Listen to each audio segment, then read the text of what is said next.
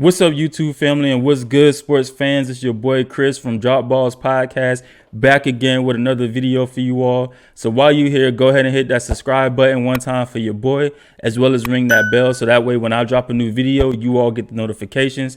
And if you like listening to podcasts, be sure to tune in to Drop Balls Podcast.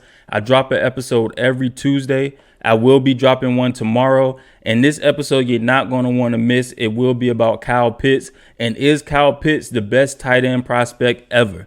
So be sure to tune in. It's available on Apple Podcasts, Google Podcasts, Amazon Music, Amazon Audible, and Spotify. And if you listen on Apple Podcasts, be sure to leave your boy that 5-star rating so that way we can get them numbers up and it can push the podcast up the charts. But today we're going to talk about Sam Darnold being traded by the New York Jets to the Carolina Panthers. Now, Adam Scheffler broke the news, and the Carolina Panthers gave up a 2021 6th-round pick, 2022 2nd-round, and 4th-round pick to get Sam Darnold from the New York Jets. Now, this solidifies that the New York Jets are going to go quarterback with the number 2 overall pick. And now I believe it's going to be Zach Wilson. That's my prediction. They're going to get Zach Wilson with that number 2 overall pick. And like I said before, if they don't get the quarterback any help, any weapons, then he's not going to have any success in the NFL, just like Sam Darnold didn't have much success with the New York Jets. If you listen to my video, I believe it was a couple of weeks ago, about Robert Saleh and how he has the New York Jets heading in a new direction, I said they need to get the quarterback some help. They got him some weapons, a little bit of weapons. You know, they got Corey Davis. They still have Denzel Mims, who they drafted, I believe, last year. But they need a running game. So they got to go ahead and get Zach Wilson some help in the running game and get him another receiver. The only weapons that Sam Darnold had in New York was Robbie Anderson. He had Le'Veon Bell, who he only had for 2 years and only played in 17 games within those 2 years. And he had a 5'9" receiver in Jamison Crowder, who was all right. I mean, he wasn't terrible, but you know, the prototypical number 1 receiver isn't going to be 5'9". Like, that's just not going to happen.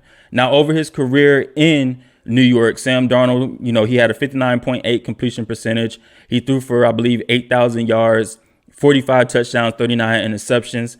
And, you know, he had a very up and down career with the New York Jets. Now, he has only been in the league 3 years. They took him in 2018 with the number 3 overall pick. And he was thought to have a big upside. They took him after Baker Mayfield and Saquon Barkley. And Sam Darnold was thought to have a tremendous upside out of USC. And Adam Gase wasn't able to get it out of him. And I mean, I kind of blame Adam Gase for that, because if you know anything about Adam Gase, it's Adam Gase. Now, I believe they'll take Zach Wilson, Robert Saleh. You know, when you get a new regime in, you usually go into the draft wanting to get your quarterback, your franchise quarterback, especially if you have a young one that was already on the roster. You go in wanting to get your franchise quarterback, getting your guy. Now, with Zach Wilson, he has a strong arm. He can make all the off-platform throws, rolling to the left, rolling to the right, off balance, feet not set, all of that. He can make those throws downfield with precision and with some pressure behind it. But his floor, to me, is Jay Cutler. We know Jay Cutler had an amazing arm. He had all the arm talent in the world. He just didn't give a fuck. Excuse my language, but Smoking Jay did not give any fucks. Now, his ceiling, in my opinion, is Aaron Rodgers. I believe he can be an Aaron Rodgers-esque quarterback if he's developed properly. And so we'll see what happens. We'll see if they get him some weapons. But now, with Sam Darnold going to Carolina, he is reunited with Robbie Anderson. He now has a running game with Christian McCaffrey. He also has another receiver in DJ Moore who runs pretty good routes. He's fast, just has some inconsistent hands. And they also have, what's the guy's name? They also have David Moore from the Seattle Seahawks. Now, if you know David Moore, he's 6 foot, 215, pretty fast, but he'll go up and get it off the top shelf. He's going to make some contested catches. That's what he used to do with Seattle. Seattle's receiving room is just very crowded. So it was hard to get David Moore on the field when you have DK Metcalf, Tyler Lockett, you know, and all of that. But I'll see. He's probably going to get some more playing time over here in Carolina. Not only that, but now this opens it up wide open for the Carolina Panthers to see what they're going to do with the number 8 pick.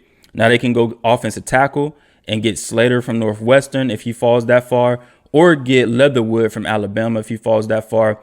And, potentially if Kyle Pitts falls down to number 8, you got to take Kyle Pitts with that number 8th pick. You have to take him with that number 8th pick because he's probably one of the most talented players in this draft. He's an offensive weapon.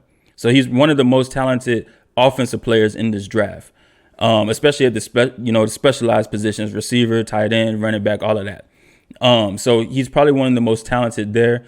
And they need a tight end. That's one of the needs they need to address, or they can wait to the later rounds and get Brevin Jordan, who should be there with the 3rd or 4th round. So they got to address the tight end position. But like I said, if Kyle Pitts isn't there at number 8, you go offensive tackle, or maybe even receiver. But just being able to trade for a quarterback that you believe can be your franchise quarterback, it opens up your draft board. It opens up your draft board at that number 8 pick. Also, not only that, but it just opens up everything for you as an organization.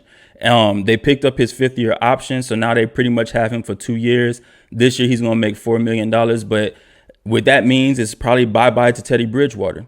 Teddy Bridgewater will probably be going on to a new team, whether that's trade, whether they cut him, whatever they need to do to get that contract from underneath them. But we'll figure out what happens with that later on as we approach the draft. But hopefully Teddy Bridgewater can go to the right position, right situation, so that way he has his fair chance. I mean, before his knee injury in Minnesota, we saw Bridgewater, about to excel. But then he had that gruesome knee injury, and everything went downhill after that, pretty much. But we'll see what happens. But let me know what you all thought about this trade. Go ahead and grade the trade for me. Let me know what you all thought. Let me know what you think the Carolina Panthers should do with that number 8 pick. Let me know what you all think the New York Jets should do with the number 2 pick. If they should go get Justin Fields or if they should take Zach Wilson. But we're going to see what happens April 29th.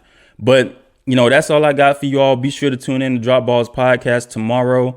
And go ahead and subscribe, like, follow, all of the above, share, comment. Do it all for your boy.